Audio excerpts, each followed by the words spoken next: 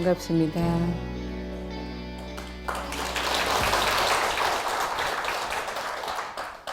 이렇게 큰 법당에 와서 법문을 하려니까 엄청 긴장이 되고 떨리네요. 자, 오늘 제가 여러분과 같이 공부하고 싶은 것은 자바암경 중에 있는 중생경이라는 경을 가지고 같이 한번 공부를 할까 생각합니다. 합장해 주실랍니까? 예. 경은 제가 읽을 테니까 여러분들은 눈을 감고 가만히 이렇게 들어주셔도 좋겠어요. 예, 암경은 부처님께서 직접 설하신 말씀인 건 다 아시죠? 그래서 부처님의 말씀을 듣는다 생각하시고 마음을 다 비워버리시고 편안한 마음으로 들어주시기만 하시면 됩니다. 자, 중생이 중생일 수밖에 없는 까닭. 부처님이 마구라산에 계실 때의 일이다. 어느 날 시자인 라다비구가 평소에 궁금해하던 문제 한 가지를 여쭈었다. 부처님, 이른바 중생이란 어떤 것을 말하는 것입니까? 이 당돌한 질문은 요컨대 중생을 왜 중생이라 하는가? 중생이 중생인 이유는 무엇인가 하는 것이었다. 이에 대한 부처님의 답변은 다음과 같았다.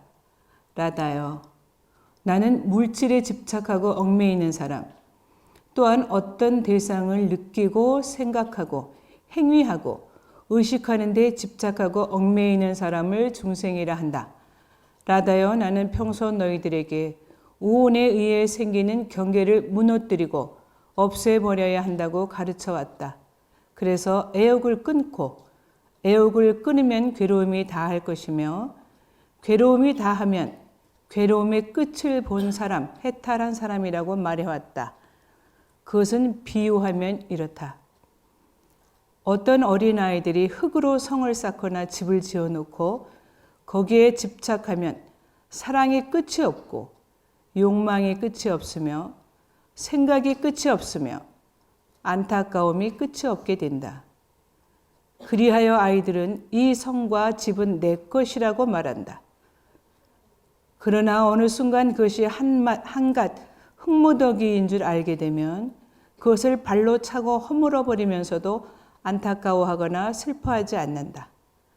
라다여, 이와 같이 중생도 물질에 대한 집착을 흩어버리고 무너뜨리고 없애버리면 사랑이 다할 것이고 사랑이 다하면 괴로움도 다하고 괴로움이 다하면 괴로움의 끝을 보게 될 것이다. 그러면 그는 중생이란 허물도 벗게 되는 것이다. 자바암 6권 122경의 중생경이었습니다. 자, 이제 눈을 뜨셔도 좋습니다.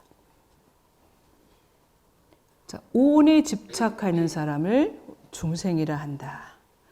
오온에 대한 집착을 허물어버린 사람을 해탈한 사람이라 한다라고 말씀하셨어요.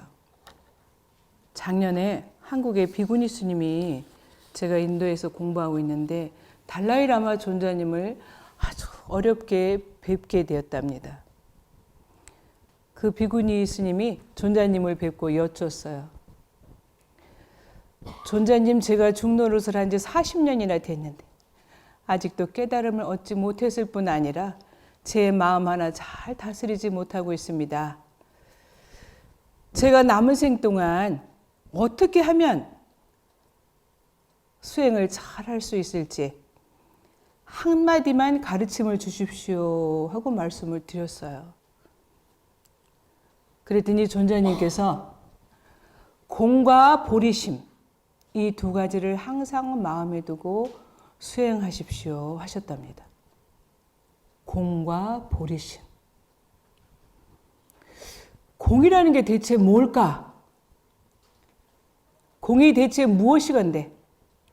부처님의 8만대장경 가운데 3분의 1이 반야부경전에서 공을 말씀하셨어요.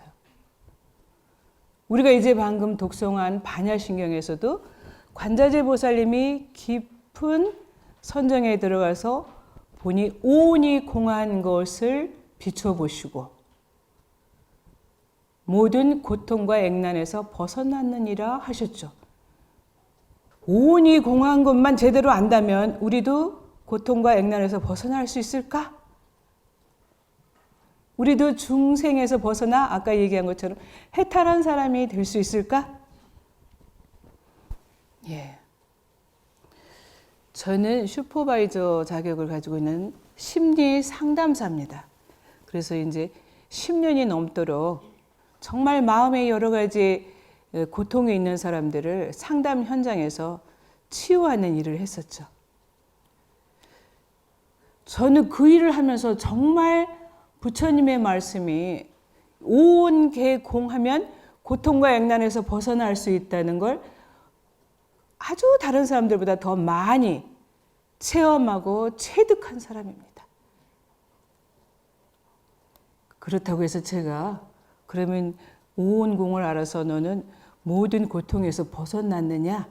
그건 아니고요. 그건 아니고 이제 그 도리를 조금 알았습니다. 그래서 이제 실천하려고 애쓰고 있죠.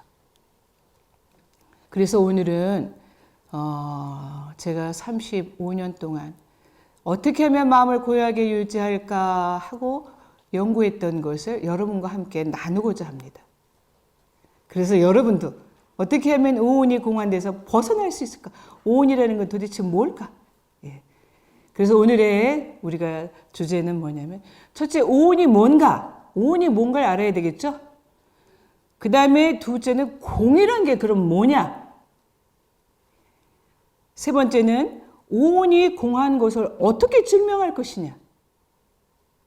네 번째는 오온이 공한 것을 알면 어떻게 모든 고통에서 벗어날 수 있는지를 저는 상담자의 관점에서 여러분한테 쉽게 말씀드리고자 합니다.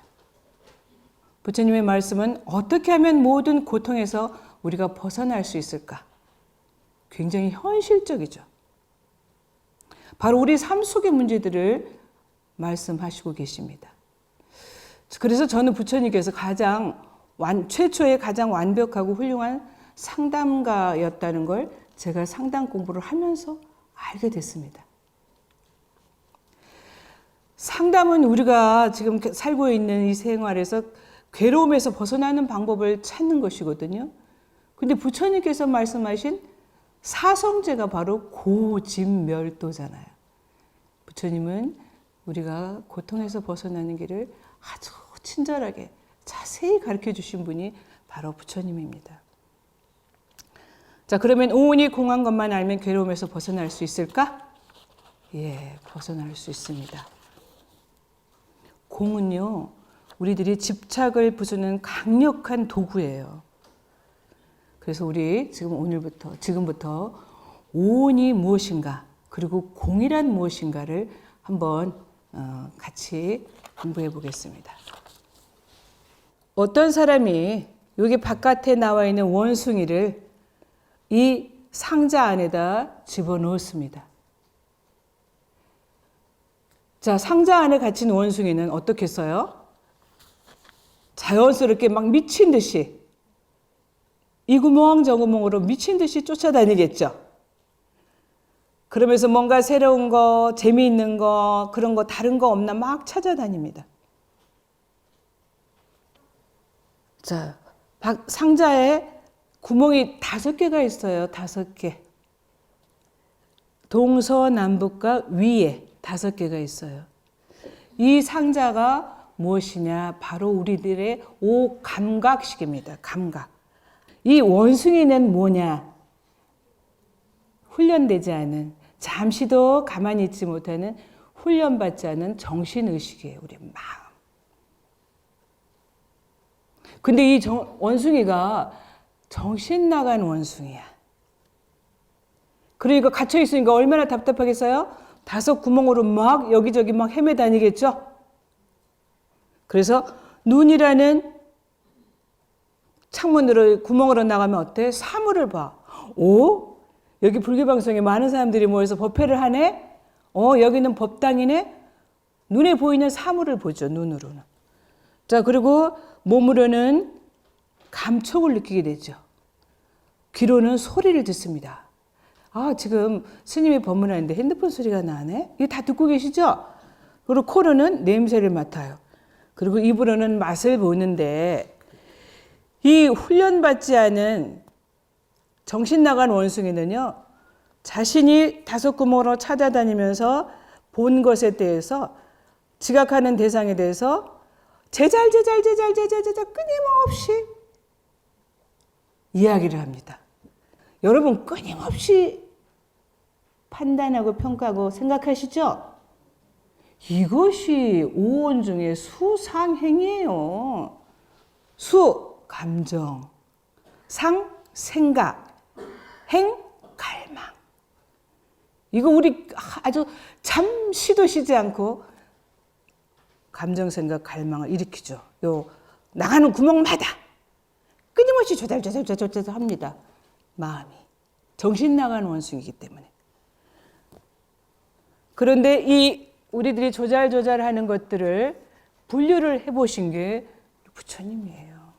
자, 끊임없이 조잘 하는데 그 조잘거리는 걸 세 가지로 분류를 해 놓으셨어요. 부처님께서.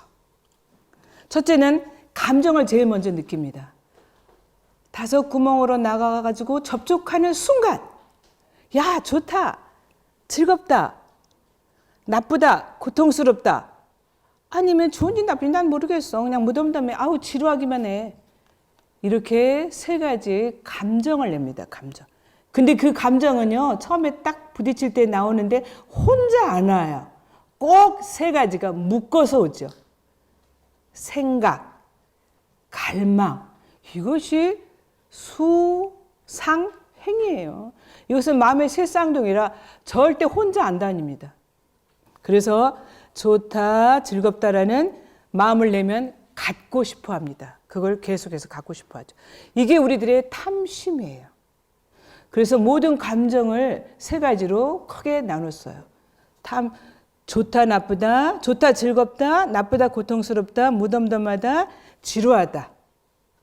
좋은 걸 끌어들이는 마음, 더 갖고 싶어요. 이게 우리의 탐심이죠. 그런데 처음에 한 생각을 딱 일으키면 이것이 점점 커집니다. 커져. 야, 정말 멋진데? 아, 난 정말 왜 그런 게 없는 거야? 나도 하나 가졌으면 좋겠다. 야, 그러지 말고 훔쳐. 사기쳐. 야, 너라고 왜 못 가질 거 있어? 왜 그럴까? 얘가 정신 나간 원숭이기 때문에 그렇습니다. 그래서 좋은 감정이든지 나쁜 감정이든지 놔두면 점점 커지죠. 그래서 눈덩이처럼 커져버립니다. 이렇게 커지죠, 점점. 처음에 일어날 때는 작은 생각 하나였어. 근데 눈덩이처럼 커지죠. 근데 이 정신 나간 원숭이는 특징이 있어요. 어떤 특징을 가지고 있냐? 작은 것을 크게 확대 해석하는 특징을 가지고 있습니다. 그리고요, 굉장히 부정적이에요. 어떤 사람이 제게 와서 그래요. 10년 동안 아무리 친했던 사람도 한 번 잘못하면 난 그 사람을 탁 잘라버린다는 거예요. 100가지 잘한 거는 기억 안 해.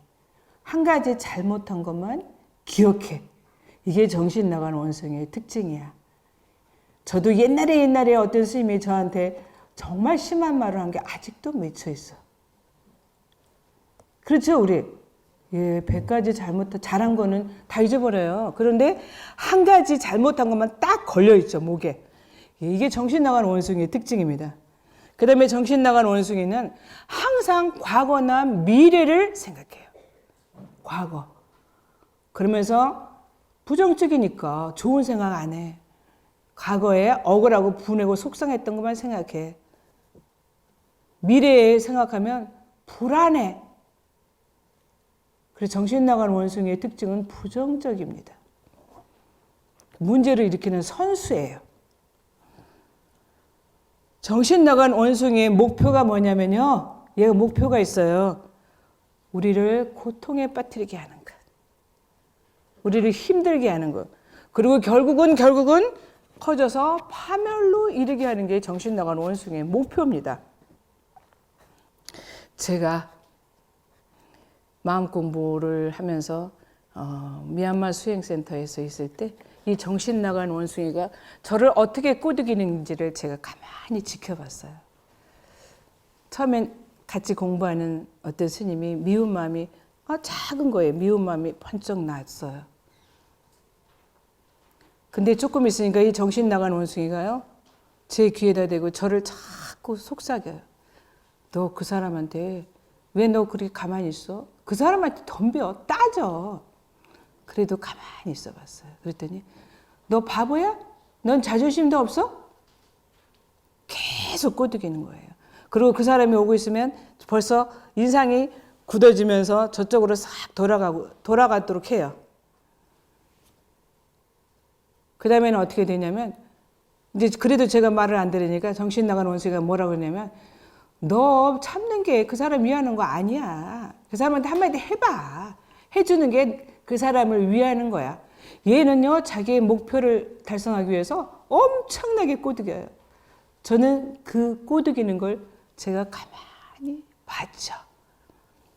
자, 여기 정신 나간 원숭이 있죠? 이 안에 화난 원숭이와 아주 좋아하는 원숭이 두 마리가 다 들어있어요. 사실은 즐겁다, 행복하다도 좋은 것은 아닙니다. 자, 이 원숭이가 들어있어요. 근데 이것은요, 여러분, 우리가 거의 다 여기 이것이 나인 줄 알아요. 이 가짜, 이 원숭이는요, 가짜 마음이에요. 마음 현상이에요. 그래서 이걸 우리 공부하신 도인 스님들이나 부처님은 이걸 가짜 마음이니라, 마음 현상이니라 그랬어요. 바다에 있는 물거품하고 같은 것이니라. 이것이 바로 공이니라. 여러분, 이게 공이에요. 이제 오온은 알았습니다. 우리 오온은 아까 뭐예요? 첫 번째는 색. 우리가 눈에 보이는 물체가 다 색이야. 산도, 여러분도, 마이크도, 피아노도, 컵도 다 눈에 보이는 물체는 색이에요. 그런데 여러분, 이거 지금 변해요? 안 변해요? 이거 지금 변하고 있어요? 안 변하고 있어요? 변하고 있어요. 네, 이거 지금 변하고 있습니다. 우리가 알지 못해서 그렇지 매 순간순간 변하고 있어요. 어떻게 알아요? 이거요, 이 안에 있는 물이요, 내일 되면 썩어요. 찰나찰나 변화하고 있는 거예요. 이 컵도 찰나찰나 변화하고 있어요. 그 다음에 감정. 와, 이거는요, 엄청나게 빠른 속도로 변화하고 있습니다. 제가 이따가 증명해 드릴게요. 감정에 따른 생각도 찰나찰나 변화하고 있습니다. 갈망, 욕구도 찰나찰나 변화하고 있습니다. 그 다음에 의식도 찰나찰나 변화하고 있습니다. 그런데 이 가짜 마음을, 이 진짜 마음 아니에요. 가짜 마음이에요. 그런데 부처님은 이 오온에서 일어나는 이 가짜 마음이 공한 걸만 알면 우리가 고통에서 벗어난다고 말씀하셨죠. 그럼 공이 대체 뭘까? 공이, 여러분, 우리 불자들이 보면요, 거의 공에 대해서 잘못 생각하고 있어요. 공이 뭐라고 생각하세요? 응? 자, 우리 가을 하늘에 보면은 구름이 많이 있죠? 뭉게구름, 새털구름, 막 여러 가지 구름이 있어요. 근데 그 구름은 찰나찰나 가만히 구름을 보고 있으면 굉장히 빠른 속도로 변화하고 있죠. 흩어졌다 또 모여지고, 흩어졌다 또 모여지고. 그래서 비가 되기도 하고 눈이 돼서 내리기도 하고. 어떤 한 가지로 고정돼 있지 않고 매양 변화하고 있다. 엄청나게 여러 가지 많은 것으로 나타났다 사라지고 나타났다 사라지고. 이것이 공이에요. 공은 없는 것이 아니에요. 무가 아니에요. 공은 무한한 가능성을 가지고 있다. 이것이 공이죠. 그런데 어떤 사람이 내가 좋아하는 뭉게구름 있다가 저거 없어졌어. 나 너무 슬퍼. 이러면 여러분 뭐라 그러실래요? 웃긴다 그러겠죠. 저 바보 아니가. 웃기네. 야, 저 구름은 금방 있다가 사라지면서 또 금세 나타나고 또 저게 떨어지면 비가 되고 눈이 되고 안개가 되고 근데 너 왜 그걸 가지고 그렇게 슬퍼하니? 이러시겠죠. 공이란 없는 것을 의미하는 것이 아니다. 오히려 어떤 것이라도 나타나고 변화하고 사라질 수 있다는 무한 가능성을 의미하는 것이 공이에요. 자, 보세요. 아까 구름. 계속 변하고 있죠. 허공. 그래서 왜 공을 처음에 부처님은 공이라고 말씀하시지 않으셨어요? 초기 경제는 무아라고 말씀하셨죠. 고정된 실체가 없다. 계속 변화하는 거예요. 고정된 실체가 없다. 그런데 그걸 나중에 초기 불교가 지나고 대승불교로 오면서 공이라고 이름을 개념을 바꿨어요. 자, 공이라는 의미를 우리가 한번 생각해 봅시다. 여기 지금 여의도가 무슨 구예요? 마포구 여의도동인가요? 영등포구.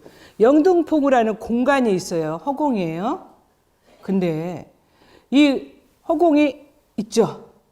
근데 여기에 어느 날 아침에는 63 빌딩이 딱 서버렸어. 그 다음에 어느 날 아침에는 여의도가 딱 섰어. 그 다음에 또 다른 건물이 막 섰어. 자, 이 공간이 변해요, 안 변해요? 엄청나게 무한한 가능성을 가지고 변하고 있죠. 또 오래된 건물이 확 허물어졌어요. 그리고 지진이 나서 폭파됐어요.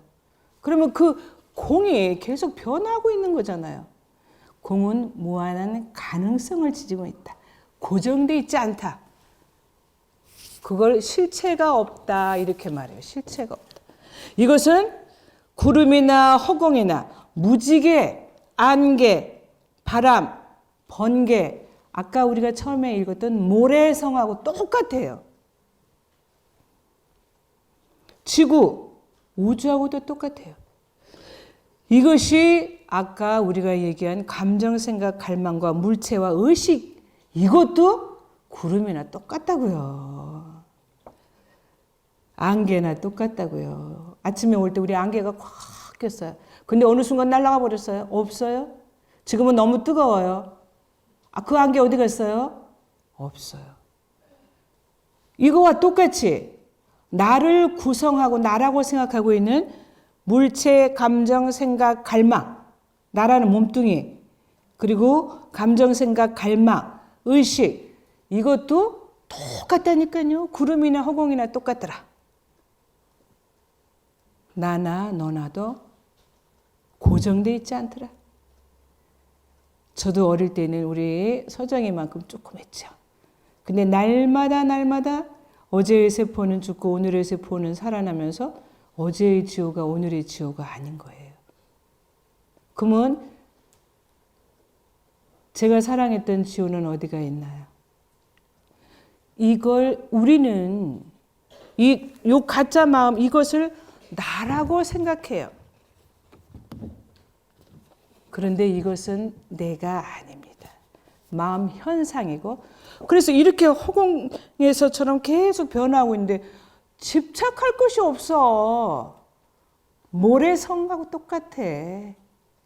정신 나간 원숭이가 여기 있어요. 근데 얘는요. 화가 나거나 좋거나 그러면 우리한테 명령을 내려요. 야, 너 그 사람이 그렇게 하는데 왜 참아? 넌 자존심도 없어? 덤벼버려. 가서 따져. 막 명령을 내리죠. 우리가 이 정신 나간 원숭이가 하는 명령을 그대로 들으면 어떻게 돼요? 우리는 화내게 되고 야, 너 그거 가져. 왜 너라고 못 가져? 가져. 욕심내게 되죠. 그리고 따져. 그래서 그 사람 가서 가만두지 말고 공격해. 이러면 성내게 되죠. 어리석은 행동을 하게 되죠. 그러면 고통에 빠지고 결국은 후회하고 결국은 파멸하게 됩니다. 정신 나간 원숭이는 나도 아니고 내 것도 아니에요. 왜냐하면 그래서 이걸 나라고 생각하고 내 것이라고 생각하니까 얘가 시키는 대로 해. 그러다 보면 우리는 고통에 빠지게 되죠. 그런데 두 갈래 길이 나눠집니다. 여기서. 자, 이 길과 이 길이 두 가지 길이 나눠져요. 정신 나간 원숭이가 시키는 대로 하면 중생이에요. 중생. 아까 우리가 경전에 읽은 것처럼 중생이에요. 시키는 대로 하는.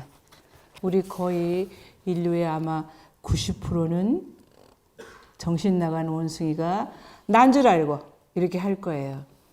근데 한 가지 다른 길이 있습니다. 정신 나간 원숭이 말을 듣지 않는 거야. 그리고 알아차려.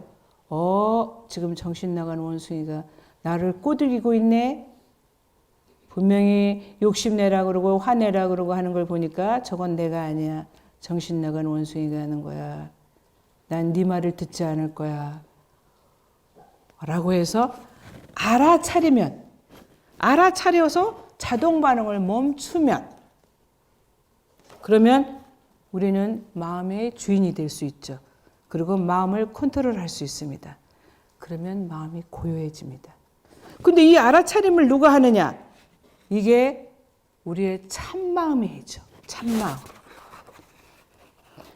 그래서 이것을 불성이라고 그러고 참마음이라고 그러고 참나라고 합니다. 그리고 마음이 주인이 되고 마음을 컨트롤할 수 있고 마음이 고요해진 사람을 우리는 해탈한 사람이라고 부릅니다. 이분이 여기서 노시는 분들이 우리 깨달음을 얻으신 선사들. 우리는 항상 밖으로 나가 있죠. 저 사람이 날 화나게 해. 저 사람이 잘못됐어. 이 마음이 굉장히 많죠. 자, 여러분, 그래서 우리가요 꼭 명심해야 될 것은 그것은 나도 아니고 내 것도 아니다. 이걸 꼭 명심하셔야 돼요. 진짜 참마음은 어떤 거냐? 이건 이겁니다, 여러분. 진짜 참마음은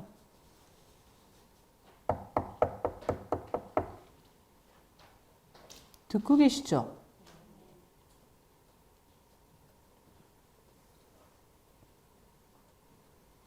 보고 계시죠? 배고프면 배고픈 거 자각하시죠? 슬프면 슬픈 거 자각하시죠? 그것이 우리의 참마음이에요. 참마음. 그런데 이 마음은 이 참마음에서 일어난 물거품의 현상이거든요. 금방 일어났다 사라지고 일어났다 사라지고 일어났다 사라지고 일어났다 사라지고. 그래서 진짜가 아니다는 게 진짜가 아니고 가짜야. 무지개 같은 거, 바람 같은 거. 아까 듣는 기능만 해. 근데 거기에 좋다 나쁘다 생각이 붙기 이전에 그것이 우리의 참마음이에요. 이것은 금세 사라질 거예요. 이것은 절대 없어지지 않고 언제나 거기에 있죠. 근데 이거는 뭐예요? 개도 있고 소도 있고 돼지도 있고 다 있어요. 그래서 개유불성이라고 그랬잖아요. 일체 개도 불성이 있다. 개유불성 모두 다 불성이 있다. 이거 개도 다 들어요. 개도 다 봐요. 그런데 한 생각 일어나기 이전 자각하는 당체. 그것만 알면 이것은 가짜 마음이라는 걸 아시고 이건 금방 잠깐만 참으면 돼요. 잠깐만. 이게 사실은 참는 게 아니고 잠깐만 기다려보는 거죠. 그래서 자동 반응을 멈출 수 있으려면 어떻게 해요? 알아차려야 돼요. 알아차림이 있으면 자동 반응을 멈출 수 있습니다. 가짜 마음 현상은 나도 아니고 내 것도 아닙니다. 자, 보세요. 이게 나도 아니고 내 것도 아닌 거 얘기해 드릴게요. 이게 내 거라면 내가 마음대로 할 수 있어야 돼요. 너 화내지 마. 그리고 그 욕심 내지 마. 너 그런 생각 내지 마. 그러면 안 내야 되죠. 근데 말 안 들어요. 그러니까 내 거 아니에요. 나도 아니에요. 나 아니에요. 자, 보세요. 제가 어떤 스님을 굉장히 좋아했는데, 그래서 아주 좋은 사람이라고 생각했어요. 근데 어느 날 그 스님이 내 뒷담화 했다는 소리를 전해 들었어요. 그러니까, 그 스님이 좋은 사람이면 나쁜 사람이네? 라고 해서 화가 났죠. 그 스님을 보니까 짜증이 나고 화가 나는 거예요. 자, 그 스님을 좋아했던 마음이 나예요? 미워하는 마음이 나예요?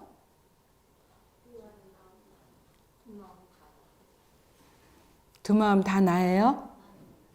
두 마음 다 내가 아니라니까. 금방 변했잖아요.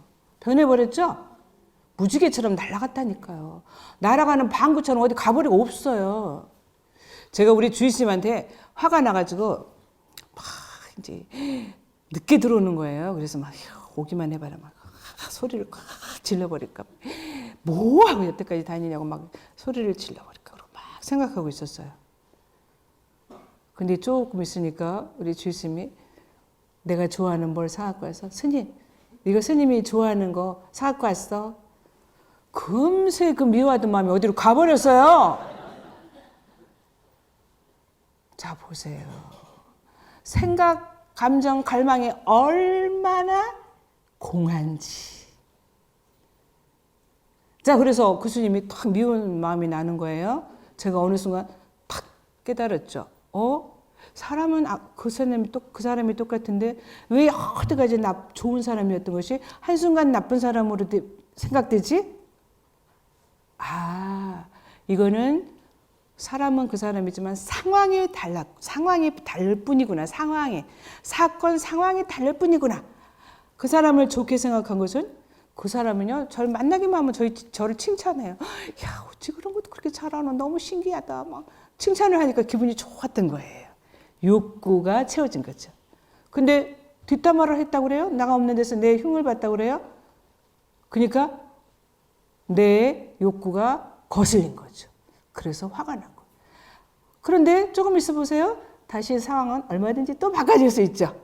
그 사람이 나한테 맛있는 걸 사주면서 어머 나 지었으면 좋아요. 그럼 난 또 좋아질 거예요. 예, 감정 생각 갈망이 얼마나 공한지. 그래서 나도 아니고 내 것도 아니라는 것. 이것만 여러분들이 확실하게 오늘 가져가시면요. 이게 바로 오온이 공한 거잖아요. 여기에 속지 않을 수 있어요. 야, 감정, 생각, 갈망같이 허망한 것이 없어요. 생각은 다만 생각일 뿐이에요. 자, 생각은 일어났다 사라지는 물거품 같은 것입니다. 상담을 하면서요, 제가 가장 많이 느끼고 체득하는 게 바로 이거예요. 한 생각이 지옥을 만들고 자기의 감옥을 만들어요. 어떤 사람이 저한테 와서 그랬어요. 저는 밥충이에요. 바보예요. 그래요. 그래서 왜요? 그랬더니 어릴 때부터 아버지가 맨날 언니는 공부를 너무 잘하는데 공부를 못하니까 맨날 밭에 나가서 일만 하자 그러고 이 밥충아 너는 공부도 못하는 멍청아 맨날 아버지가 주입을 시킨 거예요. 그래서 어른이 됐어요. 그런데도 이 사람은 자기가 바보라고 생각해. 멍충이, 밥충이래. 그런데 이제 가정을 이루고 살아요. 그래서 제가 그래요. 그러니까 자기가 밥충이고 바보라고 생각하니까 얼마나 열등감에 시달리겠어요. 그래서 남들 앞에 나서지도 못하고 너무 힘드니까 저한테 상담받으러 온 거예요. 그래서 제가 그래요. 그러면 당신이 잘한 것과 잘 못한 것을 한번 적어보시게요. 그래서 잘 못하는 걸 한번 적어보세요. 그랬더니 이렇게 적었어요. 나는 공부를 남들보다 못했다. 그리고 남들 앞에서 사람들 앞에서 말을 한 걸 조리 있게 못한다. 이렇게 썼어요. 그러면 잘하는 걸 한번 적어보실래요? 그랬더니 이 사람이 이렇게 적었어요. 나는 생활력이 강하다. 아버지가 맨날 어릴 때부터 안 다쳤으니까 얼마나 생활력이 강하겠어요? 청소를 잘한다. 음식을 잘한다. 어려운 사람을 잘 도와준다. 남편은 나를 착하다고 한다. 운전면허 자격증을 땄는데 연수를 하지 않고 바로 주행을 했다. 이렇게 적은 거예요. 잘못한 건 2가지 적었는데 잘한 건 6가지를 적었어. 자, 그렇게 적는 동안 본인이 스스로 나는 어릴 때 공부는 좀 잘못했지만 잘하는 다른 것이 더 많구나라는 걸 깨달았어요. 그러면서 기분이 좋아지고 자신이 쓸모없는 사람이 아니라는 것을 알게 되고 희망을 갖게 됐죠.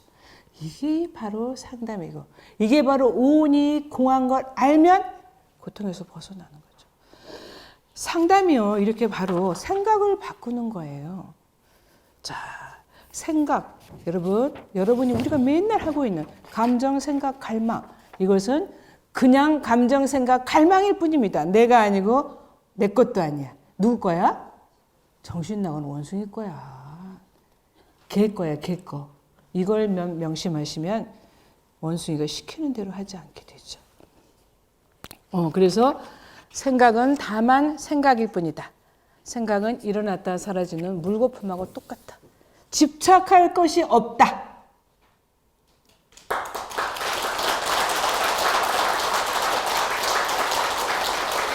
어떤 감이 오신 거예요? 자, 고통에 빠지지 않는 방법은 뭐냐면요. 정신 나간 원숭이가 시키는 걸 절대 하지 마세요. 그러려면 정신 나간 원숭이의 정체를 알아야 되겠죠. 정신 나간 원숭이의 목표는 뭐라고? 우리를 고통에 빠지게 하는 거. 그리고 파멸에 이르게 하는 게 얘의 목표야. 그러니까 탐심, 진심, 치심이 일어날 때 그것이 정신 나간 원숭이가 한다는 걸 알아차리세요. 불성 참마음이 하는 건 절대로 우리를 고통에 빠뜨리게 하지 않아요. 순간적인 즐거움도 우리를 결국은 고통에 빠뜨리게 해요. 마음이 평화롭고 고요할 때, 그때, 자, 그래서 막 어떤 감정이 막 부정적인 감정이 막 일어나고 화가 나고 막 탐심이 막 일어날 때는 어떻게 해야 돼? 일단 생각을 멈추고 마음을 고요하게는 명상을 하세요. 고요한 마음에서 나오는 지혜가 있어요. 지혜가 시키는 걸 하시면 바로 마음의 주인이 되죠. 림포체께서 이렇게 말씀하셨습니다. 우리가 불자로서 불법에 귀의한 후에 알아야 하고 해야 할 것의 핵심, 즉 가장 중요한 것은 명성이나 부 또는 지위 등을 가지는 것이 아니라 마음의 주인이 되는 것. 마음을 관찰하는 것. 마음을 주목받고 컨트롤하는 것. 마음을 고요히 하는 것. 이것이 불자인 우리들이 꼭 해야 하는 일입니다. 불자인 여러분들이 이걸 하지 않으면 불자라고 할 수 없습니다. 절에 수십 년 다닌 거 자랑 아니에요. 수십 년 다녔어도 마음속에서 미워하는 마음이 부글부글, 시기 질투하는 마음이 부글부글, 욕심이 한없이 일어나고 이런다 그러면 진정한 불자가 아니고 부처님 공부 제대로 안 한 거죠.